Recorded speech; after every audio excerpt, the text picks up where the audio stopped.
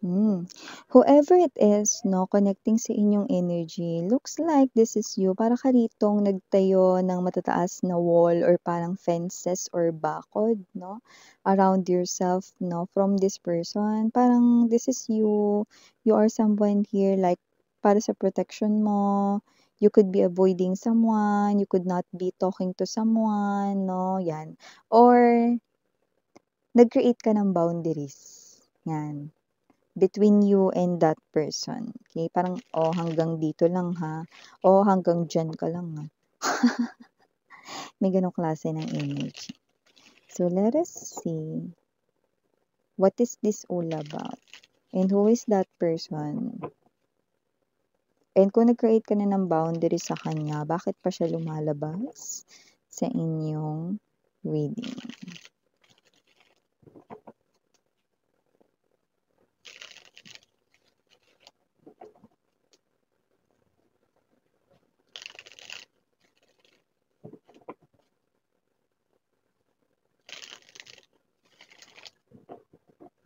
Oh.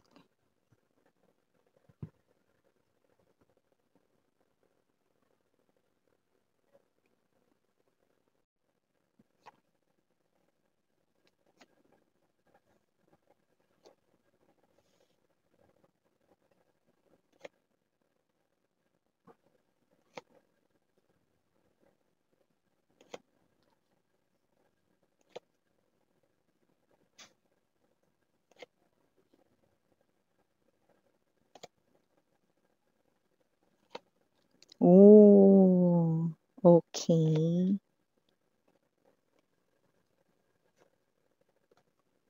Okay. Bottom of the deck, Strength card energy, Five of Wands, and the Four of Swords in here. Okay, so before natin pag-usapan more itong reading ninyo, no, let me just make bate muna ang lahat. Hi and hello, nabubulol.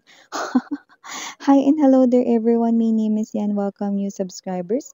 Returning Eastern buyers, thank you po sa inyong walang sawang love at support for me. At kung di nyo pa alam, may pa tayo other channel, link down below sa description box ng reading na ito. So if interesado, i-click lamang yung link dyan para mapunta po kayo doon at araw-araw nag-upload tayo ng collective readings for all signs there. At yung nga natin gender dito sa babae, lalaki, LGBT, lahat eh, welcome. Pwede rin pong i-switch ang mga roles kasi possible talagang magpalit-palit kasi general reading ito. And at the end of the day, lahat ay may free will na free mong gamitin anytime, anywhere.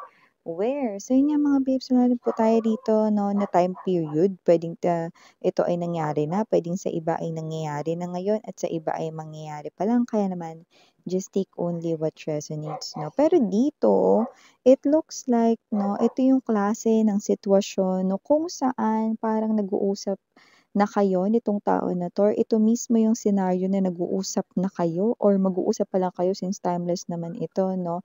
Pero ang gusto niya lang dito 'no ay ang seryosohin mo ang kanyang mga sinasabi 'no. Ang gusto niya lang naman ay, pakinggan mo at seryosohin mo rito ang kanya ritong sinasabi. So, yun yung nakikita natin dito. However, kung sino man 'tong energy na 'to lumalabas rito na medyo nahu-hurt siya with this Three of Swords energy 'no, Seven of Swords right in here 'no. Kasi parang binabalewala mo yung kanyang mga sinasabi. Parang yung iba sa inyo hindi kayo nakikinig 'no, parang nandun nga kayo 'no, pero yung mind ninyo lumilipad 'no.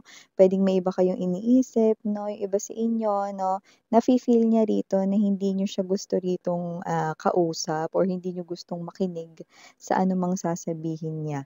So lumalabas dito that this person here is someone who appears here na ex-lover mo, past lover mo 'no, someone dito na nakarelasyon mo dati 'no. So, parang nagkaroon dito ng pagkakataon 'no, na magkausap kayo, I don't know, maybe 'no, ikaw ito na pinaunlakan mo rito 'no, na, kausapin ka niya, like umuo ka sa imbitasyon niya 'no, nag-appear ka doon sa place or sa lugar kung saan kanya inimbitahan na mag-usap 'no. It could be any restaurants, coffee shops, milk tea shops, 'no, or kahit na ano pang venue niyo. Others could be park, okay, kung saan possible na ito ay public place, no? So, kung sino man 'tong energy na 'to, no, nakikita natin dito that this person here, no, although happy siya na pumayag ka na makipag-usap sa kanya or kahit makinig ka lang, pero yung iba with the Chariot card right in here, pinuntahan kayo nito sa bahay ninyo, okay?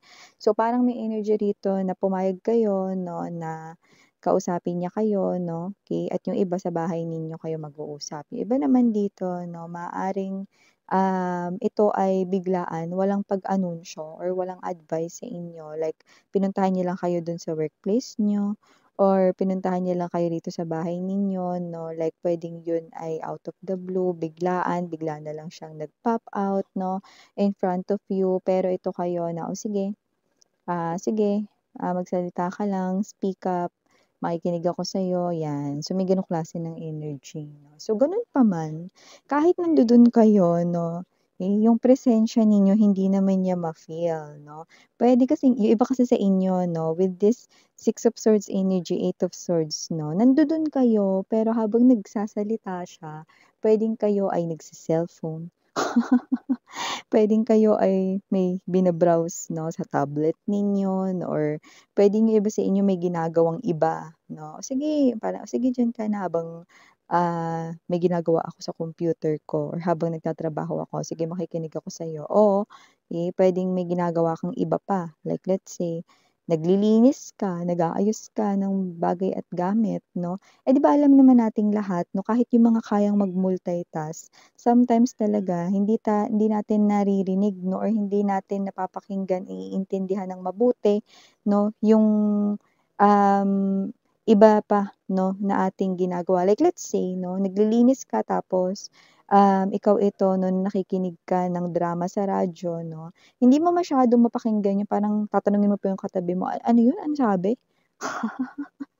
Kasi nga 'di ba may energy rito 'no na yung focus mo nahahati, 'di ba? So, parang may energy rito kasi you're doing something here 'no, na parang hindi ka na rito magawang sitahin kasi nga kung sino 'tong energy na 'to 'no, with this five of, coins energy and the Seven of Swords. Lumalabas kasi siya rito na parang gusto ka niyang sitahin pero nahihiya siyang gawin yon lalo na't lumalabas na siya yung mali. So, lumalabas rito na parang, okay sige basta ang importante nakikinig ka sa'kin, basta ang importante naririnig mo yung sinasabi ko, okay na yon 'no. Pero it looks like with the Chariot card right in here, tuloy-tuloy ito 'no, with this Eight of Coins energy, Seven of Coins 'no, tuloy-tuloy rito yung parang simula ng kinakausap ka niya may iba ka ng ginagawa. Yung iba naman wala kayong ibang ginagawa pero lumilipad ang isip ninyo. Puwedeng may iba kayong iniisip na work or meron kayong, iniisip na iba pang gagawin ninyo 'no. So, hindi kayo nagfo-focus, you're not attentive 'no. So, nararamdaman rin ito ng taong ito. So, ang gusto niya lang dito 'no ay seryosohin mo siya kasi nakikita ko rito na yung iba sa inyo hindi niyo talaga siya sinerseryoso kahit nagsasabi na siya rito ng totoo. Yeah, feeling niya rito talaga na nababalewala rito ang kanyang efforts. Yun yung sinasabi rito 'no. So, nakita natin dito that this person here gusto niya lang seryosohin mo siya. Pero lumalabas dito na dahil nga 'no, itong tao na 'to lumalabas kasi that you knew this person here very well. That's why, itong tao na 'to 'no is someone dito na lumalabas na parang dahil nagkaroon siya ng kasalanan sa inyo, yes, trust issues, 'yan 'no. May trust issues kayo sa kanya 'no, kaya parang lumalabas dito na kahit na nagsasabi na siya ng totoo, parang hindi niyo pa siya pinaniniwalaan, parang may doubt pa rin, ganyan, may hesitation pa rin, gano'n 'no. Kasi nga kung sino 'tong energy na 'to, lumalabas siya rito bilang someone na puwede talaga na may mga faults or mistakes sa'yo. Babe, bagay na mahirap na makalimutan at bagay na mahirap na, what's this? Bagay na mahirap na, masabi na nagbago na. no? So, lumabas rito na kung sino man 'tong energy na 'to, no, with the Strength card energy, this is the type of energy na mahirap paniwalaan for you. Although nakikinig yung iba sa inyo, pero puwedeng hindi nagsi-sink in or parang hindi nada-digest rito, no, or napa-process ng inyo rito, no, na thoughts. It is because you knew this person's true colors way back then, no? And sa totoo lang naman talaga mga babes, no, hindi talaga lahat ay, tawag dito, hindi lahat ay nagbabago. Depende 'yun sa tao 'no, kung talagang magbabago o hindi. Depende 'yun sa tao 'no. But dito sa case ng person mo 'no, lumalabas kasi we have here the 8 of coins and the 7 of coins, okay? And there's this 5 of coins. This person here is someone na talagang gusto talaga niya rito na i-rebuild ang inyo ritong connection, no? Kung ano yung issues, kung ano yung dapat i-repair sa inyo rito na connection or relationship, yan, no? Yun talaga yung gusto niyang ayusin, no? So, this person here, no, aminin na natin, medyo naiinis siya, okay? Dahil feeling niya hindi ka nakikinig, parang feeling niya ang dami niya ng sinabi.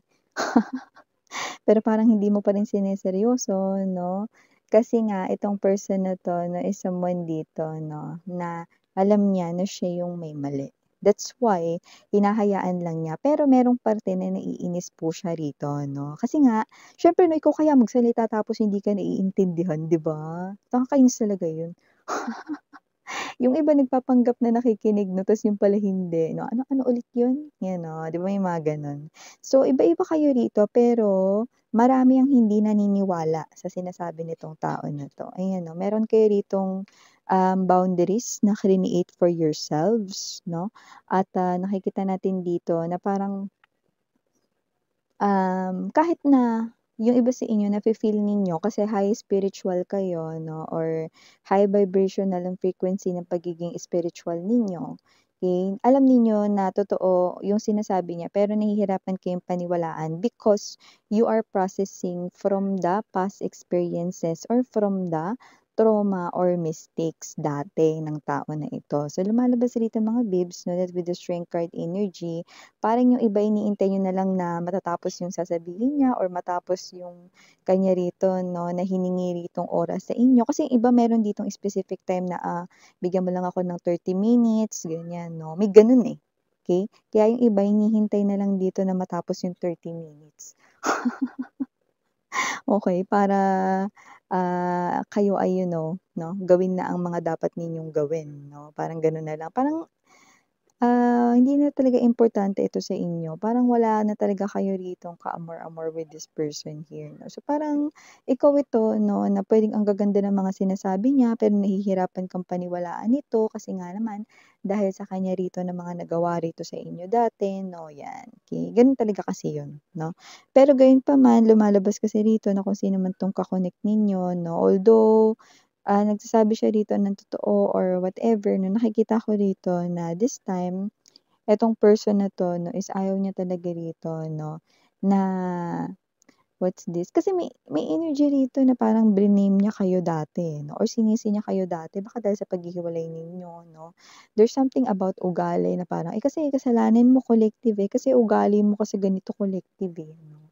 So gusto niya na mabura 'yun, mabago 'yun, makahingi siya rito ng apology or forgiveness sa'yo, 'yun nakikita natin dito na pero hindi ko rin naman kasi kayo masisisi kasi with the Strength card energy, 5 of Wands and the 4 of Swords, um ang dami, 'no? Ang daming problema na binigay sa'yo ng taong ito, eh. Kaya parang nahihirapan ka rin talaga 'no, na masabi rito 'no na, "O sige okey na," ano, "O sige pinapatawad na kita," mas lalo 'yun, okey? At mas lalo na 'no, kapag hiningi niya rito yung isa pang chance 'no, to get back to you or to get, together 'no, sa isa't isa 'no, mas mahirap 'yun na sagutin 'no, sa side mo. So, lumalabas rito na nakapag-heal na kasi kayo, eh, 'no, with the 4 of Swords energy. Nakapag-heal na kayo, meaning to say kayo ito 'no, na naka-move on na. Kasi that 4 of Swords energy is also an energy right here 'no, na parang okey na kayo, kaya parang wala na rin, natitira rito na love 'no, para sa tao na yun, na parang you just want na gawin na lang kung ano yung mga gagawin mo. Okay? Because you're already fine, no? You're doing fine. And you're doing your own thing, no? So, parang yun na lang. Parang dati kasi, siguro love na love mo siya, no? Kasi sa past, with the Six of Cups energy, ang daming mga moments, no? Na inyong dalawa. At nakita ko talaga yung effort mo. Okay? Mas nag-e-effort ka talaga dati. Okay? Kaya nakita ko rito na mahal na mahal, no? Kaya dinoble ko yung mahal. Mahal na mahal mo 'tong person na 'to dati, pero ngayon hindi ko na nakikita yon. Kasi closed door na for you, tignan mo. Hindi nga lang closed door, eh, closed window din. Ayan oh, sarado na. Hmm. So, nakita ko na sarado na rin yung puso mo for this person and I think wala na rin talagang chance 'no, na maibibigay ka sa taong ito. Yung iba siguro sa inyo parang para lang rin sa peace of mind or para hindi na kayo kulitin, puwedeng sabihin ninyo na, "O sige, pinapatawad na kita." Pero deep down inside hindi pa talaga 'no. So, parang yung iba talaga sa inyo karamihan, parang you just want na, paunlakan yung huling invitation 'no, nitong person na 'to sa inyo. Then after that siguro parang wala wala ka ng kahit na anong, utang sa kanya 'no, kasi napagbigyan mo siya, may gano'ng klase ng energy, okey. So, kung sino man yung mga energies rito na nasa inyo 'yan ng mga bibs, pero kasi nakita ko talaga rito marami sa inyo wala na kayong pakialam. Kaya nga gusto niya seryosohin mo rito yung mga sinasabi niya kasi totoo lahat ng mga sinasabi niya, you know. Gusto niya rito na makinig ka ng maayos, ng malinaw sa kanya, na gusto niya rito 'no na, um, seryosohin mo ang kanya ritong mga sinasabi 'no. Kahit man lang dun sa konting, minuto or konting oras 'no na hiniling niya sa'yo. Pero siyempre dahil walang pilitan 'di ba? Nasa sa inyo 'yan, lalo na person niyo naman 'yan mga babes. So, for the initials, yes, we have letter L, andito letter T, we also have here the letter H, andito letter J, we also have here letter S, we also have here the letter A, and last but not the least, the letter I. So yeah, these are all the messages we've got right here for you, sweethearts. Thank you again, I'm Yana Oni. Sana ngayon love and light. 안녕.